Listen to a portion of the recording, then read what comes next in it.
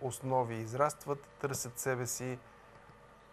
Всяко грешно подаване или закъсняло влизане или пропуск е шанс за тях да научат нещо повече от играта. Сега хубав шут към вратата на Академик, но стабилна изява и на стража на домакините.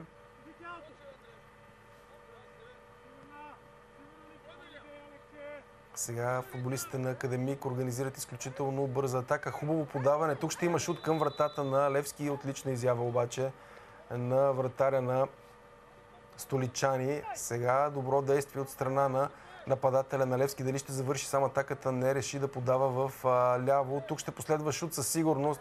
Изстрел, който обаче не беше особено силен и попадна директно в ръцете на Георги Лавчиев. Иначе деветката на Левски, Красен Крумов, показва как трябва да действа един централен нападател. Топката излезе много близо до флагчето, все пак в тъч. Сега това е изключително добър шанс за Левски изстрел, който обаче леко разочарова, най-вече заради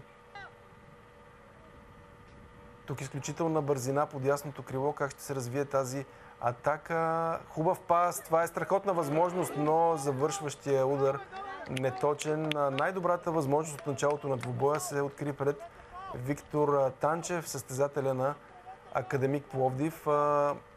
Буквално топката му беше поднесена почти през последните 5-6 минути. Безспорно по-добрата игра е тази на тима на Академик Пловдив. Поделиха си по някоя друга минута надмощие през това първо полувреме двата тима. Сега Левски опитва да организира атака. Тук ще има шут.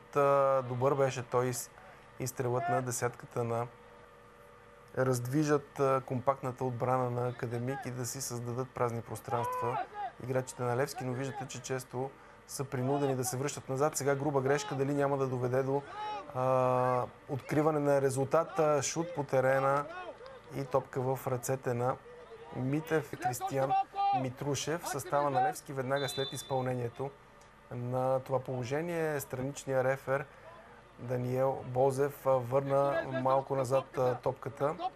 Ето го и изпълнението за Левски. Удар с глава и това е гол.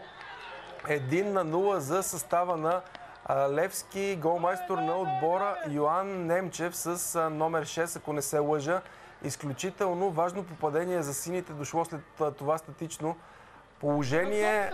Припомням, че Левски се връща в играта, ако успее да спечели този матч. Точно така голът е на Йоан Немчев с номер 20, с номер 6.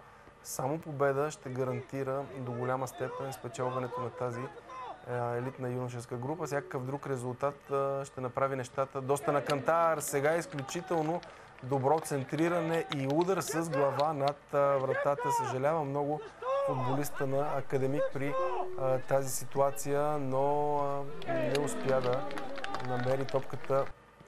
При това силно слънце от блясъците на бялото и на небесно-синьото правят така, че да се крият номерата, образно казано, от камерите. Сега възможност. Тук добра техника. Ще последва шут. Изстрелът е спасен от Митев.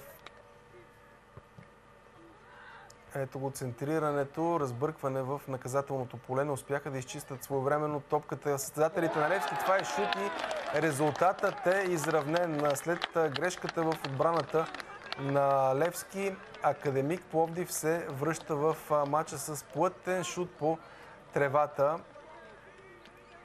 Автор на гола мисля, че е Калуян Горанов. Ще разберем след малко. Ето го този плътен шут по тревата. Не успя да се намеси тук добре вратата на Лавчиев, или по-скоро ще има центриране към тези футболисти, които се групирали. Директен шут. Слаба изява на вратаря и след това късмет. Не успя да отрази добре топката Лавчиев.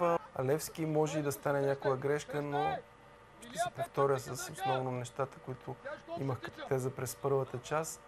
Само с грешки и извличането на поука от тях младите футболисти могат да израстват и да се учат все повече и повече. Претенции за игра с ръка, такава обаче не е отсъдена, а в този момент резултата става 2-1 за Левски. Автора на това попадение е Кристиян Шиячки. Хубаво центриране и разбъркване в полето. След това имаше съмнения за игра с ръка. Вдигнаха няколко футболисти на Левски ръце и искаха дуспа. Митев чисти. След това последва нов шут и отново отлично спасяване на вратара на Левски Александър Митев.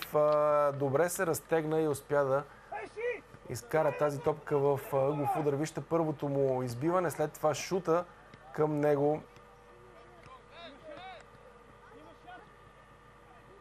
Сега нова отлична възможност за Левски. Шиячки стреля, но Лавчиев се намеси добре, който дава началото на новите надежди на Академик.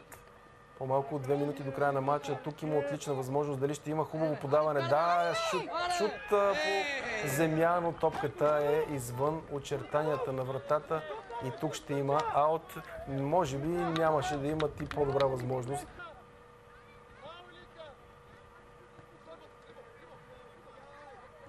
Отново високия бранител на Академик с подаване.